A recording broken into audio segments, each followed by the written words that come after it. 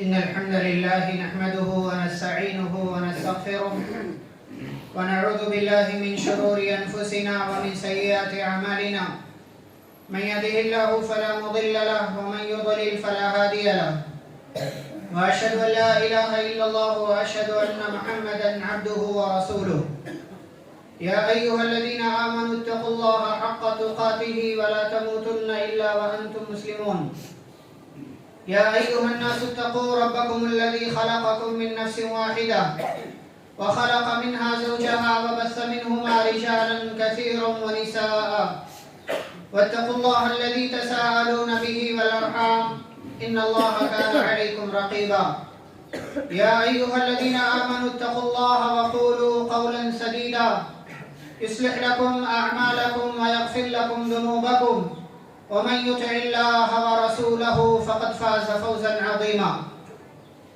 أما بعد فإن خير الحديث كتاب الله وخير الهدي هدي محمد صلى الله عليه وسلم وشر الأمور محدثاتها وكل محدثة بدعة وكل بدعة ضلالة وكل ضلالة في النار أعوذ بالله من الشيطان الرجيم بسم الله الرحمن الرحيم وقالت لأخته قصيه فبصرت به عن جنب وهم لا يشعرون رب اشرح لي صدري ويسر لي أمري واحلل عقدة من لساني يفقهوا قولي رب زدني علما اللهم صل على محمد وعلى آل محمد كما صليت على إبراهيم وعلى آل إبراهيم إنك حميد مجيد اللهم بارك على محمد وعلى آل محمد كما باركت على إبراهيم وعلى آل إبراهيم إنك حميد مجيد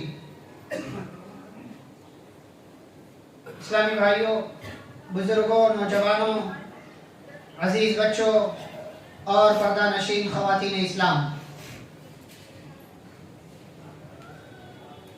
ہماری زندگی میں رشتوں کی کیا اہمیت ہے اور قرآن و حدیث کے اندر اللہ رب العالمین نے اور اس کے رسول صلی اللہ علیہ وسلم نے رشتوں کے تعلق سے کس طرح کی باتیں بیان کی ہیں، بہت دفعہ ہم سنتے ہیں اور جانتے ہیں کہ ماں کا حق کیا ہے، باپ کا حق کیا ہے، بیٹیوں کے حقوق، شوہر کے اور بیویوں کے حقوق کیا ہوتے ہیں، ہم سب سنتے رہے۔ آج کے اس خطبہ جمعہ میں آپ کے سامنے انشاءاللہ اسی رشتے کی ایک اہم کڑی کہ جس کے اندر محبت، جس کے اندر جذباتی تعلق، جس کے اندر الفت اور جس کے اندر مختلف طرح کی انسیتیں اللہ رب العالمین نے جمع کر دی ہیں، اور وہ ہے بہن بھائیوں کا آپسی رشتہ۔ اس رشتے کے تعلق سے کچھ باتیں آپ کے سامنے پیش کرنا ہے۔ رشتے کی اہمیت کیا ہے ہم سب جانتے ہیں۔ اللہ فرماتے واتقوا اللہ الذی تساءلون به والارحام کہ اے لوگو تم اس اللہ سے ڈرو جس کا نام لے کر تم آپس میں ایک دوسرے سے سوال کرتے ہو، مانگتے ہو۔ والارحام اور رشتہ داری کے بارے میں اللہ رب العالمین سے ڈرتے رہو۔ رشتہ داری کا معاملہ اللہ اور اس کے رسول صلی اللہ علیہ وسلم نے بڑی تفصیل سے اس کو بیان کیا ہے۔ جو رشتہ داری کو جوڑتا ہے اللہ رب العالمین اس سے اپنا تعلق جوڑ کر کے رکھتے ہیں، اور جو رشتہ داری کو کاٹتا ہے اللہ رب العالمین ایسے بندے سے اپنا تعلق اور اپنا رشتہ کاٹ لیا کرتے ہیں۔ اور یہ رشتہ داری اللہ کے عرش سے چمٹی ہوئی، الرحم معلقۃ بالعرش، رشتہ داری اللہ کے عرش سے چمٹی ہوئی ہے، اس سے معلق ہے۔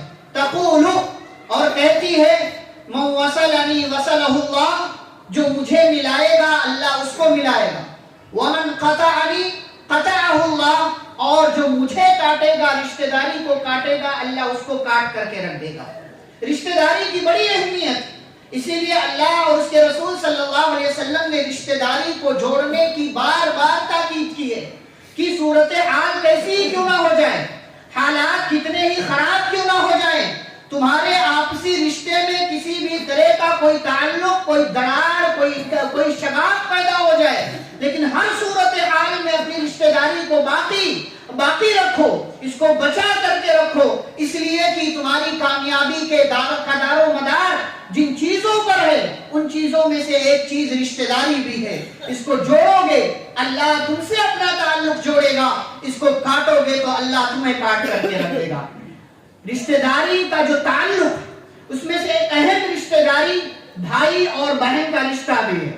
بھائی اور بہن کا آپس میں تعلق بھی ہے، اور یہ بڑا جذباتی رشتہ ہے، یہ بڑی محبت والا رشتہ ہے۔ بھائی اور بہن آپس میں ایک دوسرے سے بڑے قریب ہوتے ہیں، بڑے اٹیچ ہوتے ہیں، ایک کی تکلیف دوسرے کی تکلیف ہوتی ہے، ایک کی محبت دوسرے کی محبت ہوتی ہے، ایک کا راز دوسرے کا راز ہوا کرتا ہے، ایک کا مال دوسرے کا مال ہونا چاہیے، ایک کی چیز دوسرے کی چیز ہونی چاہیے۔ اور آپ قرآن اٹھا کر کے دیکھیں، احادیث اٹھا کر کے دیکھیں کہ اس رشتے کے تعلق سے قرآن و حدیث کے اندر کیسی کیسی باتیں اللہ رب العالمین نے ذکر کی ہیں۔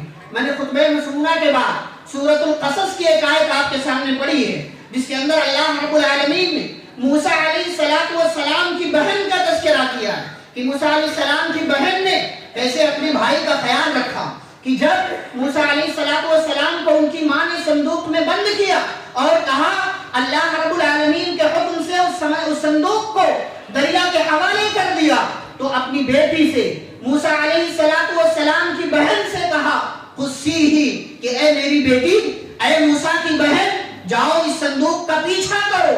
فَبَصُرَتْ بِهِ عَنْ جُنُوبٍ، جاسوسی کے انداز میں موسیٰ علیہ السلام اپنے ننھے موسیٰ علیہ السلام کی بہن اپنے ننھے سے بھائی جو صندوق میں بند تھا اس کا پیچھا کرتے ہوئے چلی گئیں، اور جب موسیٰ علیہ السلام کے درباریوں نے موسیٰ علیہ السلام کے صندوق کو جب فرعون کے درباریوں نے اٹھایا تو موسیٰ علیہ السلام کی بہن کو اس کی خبر ہوئی، اور جب موسیٰ علیہ السلام نے ساری عورتوں کا دودھ پینے سے انکار کر دیا تو یہی وہ خاتون ہیں، یہی وہ بہن ہیں، انہوں نے فرعون کے دربار میں پہنچ کر یہ جملہ کہا هل ادلکم علی اہل بیت یکفلونہ لکم وہم لہ ناصحون، کہ کیا میں تمہیں ایک ایسا گھر نہ بتاؤں، ایک ایسی عورت نہ بتاؤں کہ جو عورت اس بچے کو دودھ پلائے اور یہ بچہ اس عورت کا دودھ قبول کر لے۔ موسیٰ علیہ السلام کی بہن نے اپنے بھائی کا، ننھے بھائی کا، چھوٹے بھائی کا بڑا خیال رکھا، اور ان کے اس ایک کام کی وجہ سے اللہ نے قیامت تک کے لیے اس بہن کا کردار قرآن مجید کے اندر محفوظ کر دیا۔ یہ بہن کا بھائی سے تعلق ہے۔ اسی طریقے سے میرے بھائی اور بزرگوں، بھائی کی محبت بہنوں سے کیسی ہوتی ہے اور کیسی ہونی چاہیے، شریعت نے کیسے بیان کیا ہے، کتنی انوکھی مثال ہے ایک بھائی کی محبت جو بہن کے لیے ہوا کرتی ہے۔ جابر بن عبداللہ رضی اللہ تعالیٰ عنہ بڑے مشہور صحابی ہیں، بہت ساری حدیثیں ان سے مروی ہیں۔ اللہ کے نبی صلی اللہ علیہ وسلم نے ایک غزوے میں ان سے ملاقات کی، جابر سے پوچھا کیا جابر شادی کر لی ہے؟ کہا اللہ کے نبی شادی کر لی ہے۔ کہا کنواری عورت سے شادی کی ہے یا کسی سیبہ سے شادی کی ہے؟ کہا اللہ کے نبی کنواری عورت سے، کنواری لڑکی سے شادی نہیں کی ہے، بلکہ ایک ایسی عورت سے شادی کی ہے جس کو پہلے شادی کا تجربہ ہو چکا ہے، جو سیبہ ہے۔ نبی نے بڑی محبت سے پوچھا جابر کنواری لڑکی سے شادی کیوں نہیں کیا؟ کنواری لڑکی تم سے زیادہ محبت کرتی، تم اس کے ساتھ اچھے سے رہتے، وہ تمہارے ساتھ اچھے سے رہتی۔ قربان جائیے جابر بن عبداللہ رضی اللہ تعالیٰ عنہ کی محبت پر، قربان جائیے ایک بھائی کی محبت پر۔ کہتے اللہ کے نبی میرے ابا جنگ احد میں شہید ہو گئے، جنگ احد میں میرے ابا عبداللہ شہید کر دیے گئے، اور اللہ کے نبی انہوں نے اپنے پیچھے 9 بیٹیاں چھوڑی ہیں، یعنی میرے پاس 9 بہنیں ہیں، وہ ساری کی ساری بہنیں چھوٹی ہیں۔ اللہ کے نبی اگر کسی چھوٹی لڑکی سے، کنواری لڑکی سے شادی کر لیتا، وہ بیوی بن کر کے گھر میں آتی، وہ بھی میری بہنوں جیسی ہوتی، وہ بھی ان کے ساتھ کھیلتی کودتی۔ اللہ کے نبی ایک تجربہ کار عورت سے شادی کر لی تاکہ وہ عورت میرے گھر میں آئے، میری بیوی کا کردار بھی ادا کرے، میرے گھر میں ایک ماں کا کردار بھی ادا کرے۔ اللہ کے نبی ایک بڑی عمر کی خاتون سے شادی کی ہے تاکہ وہ میری بہنوں کی ماں بن کر کے رہے اور میری بہنوں کی خدمت کرے، انہیں سکھائے، انہیں بتائے، انہیں زندگی کے تجربات سے آگاہ کرے۔ اللہ کے نبی علیہ السلام نے جابر بن عبداللہ رضی اللہ تعالیٰ عنہ کے لیے دعا کی، اور آپ جانتے ہیں اس محبت کی وجہ سے اور اللہ کے نبی کی دعا کی وجہ سے جابر بن عبداللہ رضی اللہ تعالیٰ عنہ کی زندگی میں اتنی برکتیں آئیں کہ ان کے باپ نے بہت سارا قرضہ چھوڑ کر کے وہ گئے تھے. جابر بن عبداللہ نے وہ سارا قرضہ ادا کیا. باپ نے 9 بیٹیاں چھوڑی تھیں، 9 بیٹیوں کی پرورش کی، 9 بہنوں کی پرورش کی، ان کی شادی کی، ان کے نکاح کیے، اور اللہ کے نبی نے ایک تھیلی رقم جابر بن عبداللہ رضی اللہ تعالی عنہ کو تحفے میں دی، اور وہ ایک تھیلی رقم 40 سال سے زائد تک جابر بن عبداللہ رضی اللہ تعالیٰ عنہ خرچ کرتے رہے اور وہ ختم نہیں ہوئی. یہ ایک بہن سے یا بہنوں سے محبت کرنے کا، ان کا خیال رکھنے کا فائدہ اور برکت اللہ نے دی. آپ جانتے ہیں کہ بیٹیوں کی فضیلت، بیٹیوں کی تربیت کی فضیلت نبی نے بتائی ہے کہ جنت میں ایسے لوگ ہوں گے جو اپنی بیٹیوں کی تربیت کرتے ہیں، اور نبی نے یہ بھی بتایا ہے جو اپنی بہنوں کا خیال رکھے قیامت کے دن جنت میں اور وہ ایسے ہوں گے جیسے یہ 2 انگلیاں ہوتی ہیں. یہ بہن کا خیال رکھنے کی فضیلت پیارے رسول صلی اللہ علیہ وسلم نے بیان کی. ایسے میرے بھائیوں اور بزرگوں، ایک بھائی کو اپنے بھائی کے ساتھ کیسے رہنا چاہیے. بھائیوں میں انبن ہوا کرتی ہے، بھائیوں میں تعلقات بگڑ جاتے ہیں، بھائی کا رشتہ ہم بعض دفعہ ختم کر لیا کرتے ہیں کسی ایک معمولی غلطی کی وجہ سے. قربان جائیے، موسیٰ علیہ السلام کی محبت پر اللہ نے کہا فرعون کے پاس جاؤ، بڑا سرکش ہو گیا ہے. موسیٰ علیہ السلام نے اللہ سے دعا کیا، رب اشرح لی صدری ویسر لی امری واحلل عقدۃ من لسانی یفقہوا قولی. پہلے تو کہا اللہ میری زبان میں گرا ہے کھول دے، میرے سینے کو کھول دے، یہ گٹھی جو پڑی ہوئی ہے میرے زبان میں اس کو ختم کر دے، اور میری زبان کو فصیح و بلیغ کر دے، میری زبان سے الفاظ اچھے نکلے تاکہ لوگ میری بات کو سن سکیں. اور اس کے بعد موسیٰ علیہ السلام نے اپنے بھائی کے تعلق سے دعا کیا، وَاجْعَلْ لِي وَزِيرًا مِّنْ أَهْلِي هَارُونَ أَخِي اشْدُدْ بِهِ أَزْرِي وَأَشْرِكْهُ فِي أَمْرِي كَيْ نُسَبِّحَكَ كَثِيرًا وَنَذْكُرَكَ كَثِيرًا. کہا اللہ میرے بھائی ہارون کو میرا پارٹنر بنا دے، میرے بھائی ہارون کو میری نبوت میں شریک کر دے. اللہ نے موسیٰ علیہ السلام کی دعا کی وجہ سے ان کے بھائی ہارون کو ان کے ساتھ نبی بنا کر کے فرعون کے دربار میں بھیجا. اور آپ جانتے ہیں ایک جگہ موسیٰ علیہ السلام نے اپنے بھائی کی قابلیت کا اعتراف کیا، اپنے بھائی کی تعریف کرتے ہوئے اللہ سے دعا کیا، وَأَخِي هَارُونُ هُوَ أَفْصَحُ مِنِّي لِسَانًا فَأَرْسِلْهُ مَعِيَ رِدًا يُصَدِّقُنِي. اللہ میری زبان میں لکنت ہے، میری زبان میں گرا ہے، اللہ میرا بھائی بڑا فصیح و بلیغ ہے، میرا بھائی بڑی اچھی باتیں کرتا ہے، میرے بھائی کی زبان سے بڑی اچھی باتیں نکلتی ہے. اللہ ہارون کو میرے ساتھ فرعون کے دربار میں جانے کی اجازت دے دے. بھائی ایسا ہونا چاہیے کہ اپنے کام میں شریک کرے، بھائی ایسا ہونا چاہیے اپنے بھائی کی خیریت کے لیے دعائیں کرے، بھائی ایسا ہونا چاہیے اپنے بھائی کی ترقی کے لیے دعا کرے، بھائی ایسا ہونا چاہیے اپنے بھائی کے پاس جو قابلیت ہے اس کا اعتراف کرے اور اس کی تعریف کرے. بھائی ایسا نہیں ہونا چاہیے جیسا قابیل اپنے بھائی حابیل کے تعلق سے تھا کہ ایک معمولی سی چیز کے لیے، دنیاوی چیز کے لیے اپنے بھائی کو کہتا ہے لَأَقْتُلَنَّكَ، میں تجھے قتل کر دوں گا، میں تجھے ضرور قتل کر دوں گا. اس بھائی نے کیا جواب دیا؟ بھائی حابیل جیسا ہونا چاہیے، بھائی موسیٰ جیسا ہونا چاہیے، بھائی جابر بن عبداللہ جیسا ہونا چاہیے. حابیل جواب دیتا ہے میرے بھائی تو مجھے مار، مجھے قتل کر، میری زندگی کا خاتمہ کر دے، لیکن یاد رکھ تو بڑی غلطی کر رہا ہے. آج بھائی پلان بناتے ہیں اپنے بھائی کے کاروبار کو تباہ کرنے کے لیے، بھائی پلان بناتے ہیں اپنے بھائی کو نیچا دکھانے کے لیے، بھائی پلان بناتے ہیں میرے بھائی کے کاروبار میں گھاٹا ہو جائے، بھائی پلان بناتے ہیں میرا مقام معاشرے میں اونچا ہو، میرے بھائی کا مقام نیچے گھٹ جائے. ایسے بھائی کی محبت کو دوسرے بھائی کی ضرورت نہیں ہے. بھائی حابیل نے جواب دیا انما یتقبل اللہ من المتقین. کہا تو اپنا کام کر اور یہ اصول اللہ کا یاد رکھ کہ اللہ تعالی متقیوں کے کام کو قبول کرتا ہے، چال بازوں کے، دسیسہ کاروں کے اور مکر کرنے والوں کے، مکاری کرنے والوں کے کاموں کو اللہ رب العالمین قبول نہیں کیا کرتا ہے. اسی طریقے سے میرے بھائی اور بزرگوں، بعض بھائیوں کی زندگی میں بہنوں کا بہت بڑا کردار ہوتا ہے اور بطور خاص بہن جب بڑی ہو تو آپ تصور کریں کس طریقے سے بہنیں مائیں بن کر کے اپنے بھائیوں کی تربیت کیا کرتی ہیں۔ حافظ ابن حجر رحمہ اللہ ایک بہت بڑے محدث، بہت بڑے فقیہ، بہت بڑے اصول حدیث کے ماہر، 852 ہجری میں ان کا انتقال ہوا۔ بہت بڑے عالم ہیں اسلامی تاریخ کے، بہت بڑے عالم، بہت بڑا نام ہے ان کا تاریخ میں۔ حافظ ابن حجر رحمہ اللہ کی ماں کا بچپن میں انتقال ہو گیا۔ ان سے بڑی 3 سال کی بڑی ان کی بہن تھی، 3 سال کی بڑی ان کی بہن تھی، پرورش کی، دیکھا بھائی، ہر طریقے سے اپنے بھائی ابن حجر کا ساتھ دیا، پالتی رہی، پوچھتی رہی، اور بڑے ہو گئے حافظ ابن حجر رحمہ اللہ، نام ہو گیا، شہرت ہو گئی کہ دنیا میں ایک نام ہے ابن حجر کا۔ بہت بلوغ المرام اکثر پڑھتے، انہیں کی لکھی ہوئی جو حدیث تقریباً ہر مدرسے اور صحیح بخاری کی شرح فتح الباری انہوں نے لکھی ہے، بڑی جامع، بڑی بہترین شرح انہوں نے، بہت بڑا نام ہے۔ بڑے ہو گئے، شہرت مل گئی، تو ایسا نہیں ہے کہ بہن کی قربانیوں کو بھول گئے۔ آج بھائی نا بہنوں کی قربانیوں کو بھول جاتے ہیں۔ ابھی تذکرہ میں آگے کروں گا کس طریقے سے کروں، بہن کی قربانیوں کو بھلا دیتے ہیں۔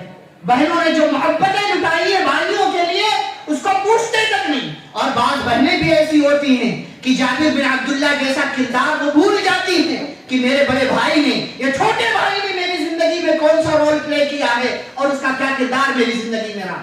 حافظ ابن حجر بڑے ہو گئے، اپنی بہن کے احسانات کو نہیں بھولے، اعتراف کیا، برملا اعتراف کیا، اور مورخین نے لکھا ہے، کہتے ہیں کانت بی برتن رفیقتن محسنہ، میری بہن بڑی نیک تھی، بڑی اچھی تھی، بہت زیادہ احسان کرنے والی تھی۔ وکانت قاریۃ کاتبہ، اور میری بہن قرآن کی قاریہ تھی، قرآن لکھنے والی تھی، حدیث لکھنے والی تھی، اور کہتے ہیں کہ لقد انتفعت بها، تاکید کے ساتھ کہتے ہیں یقیناً میں نے اپنی بہن سے بہت فائدہ حاصل کیا ہے۔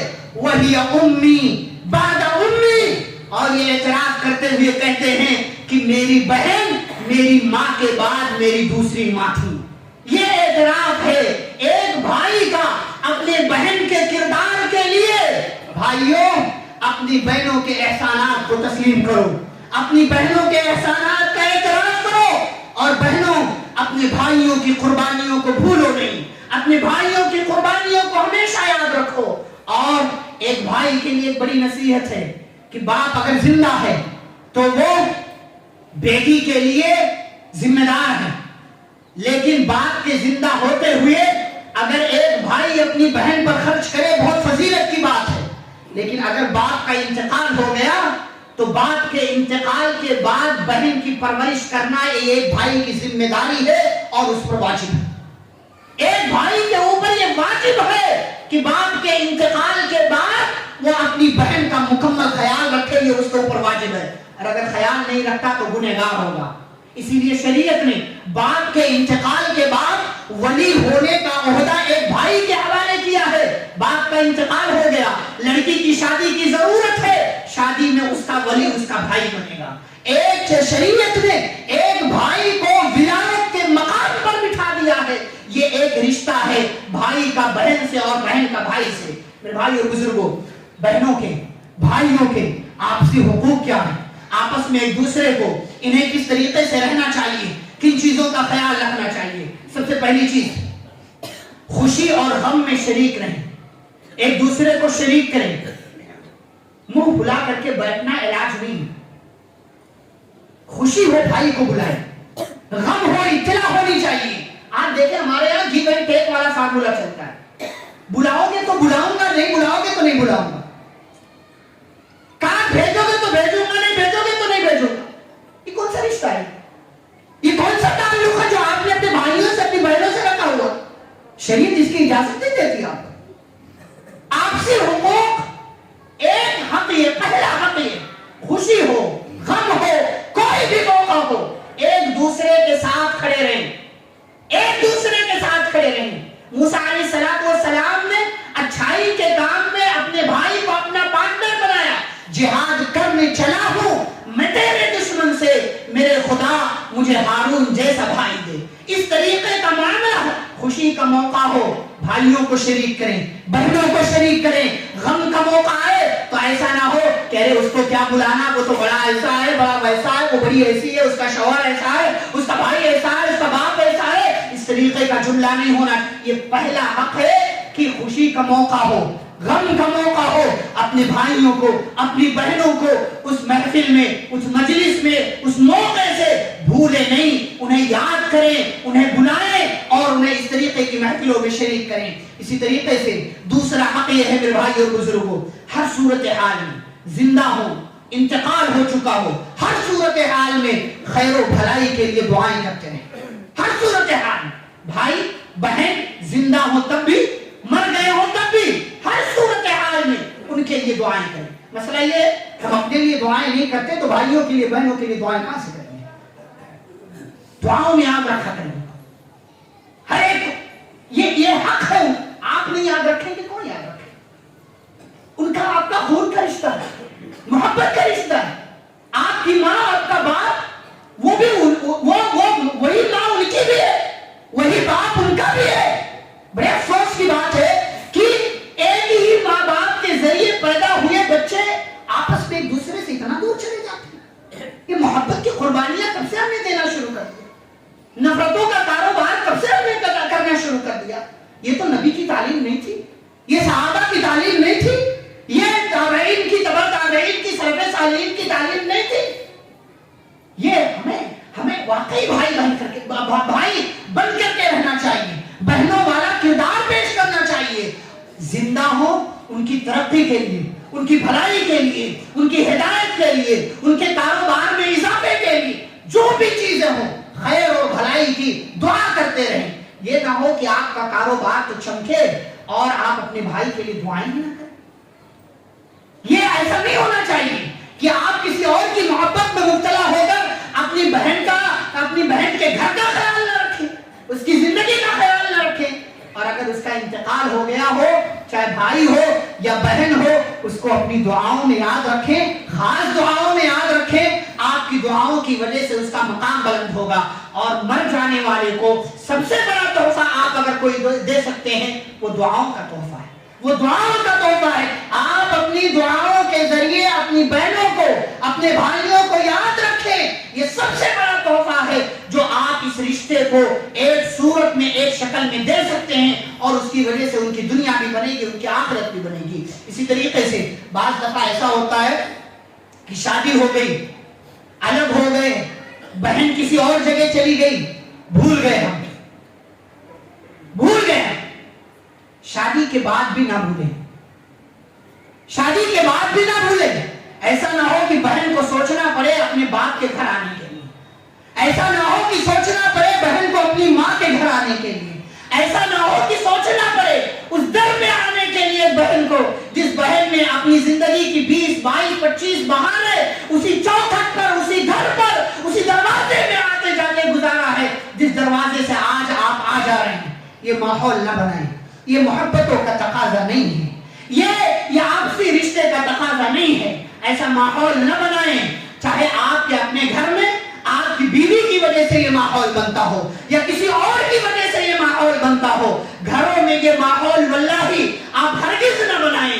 بہنوں کا آنا جانا آپ کے لیے خیر کا ذریعہ ہے، بہنوں کا آنا جانا آپ کے لیے برکت کا ذریعہ ہے، بہنوں کا آنا جانا آپ کی زندگی میں ترقی کا ذریعہ ہے، بہنوں کا آنا جانا یا آپ کی زندگی میں بہت ساری مصیبتوں کے دور ہو جانے کا سبب ہے. بہنوں کا خیال رکھیں گے اللہ آپ کا خیال رکھے گا.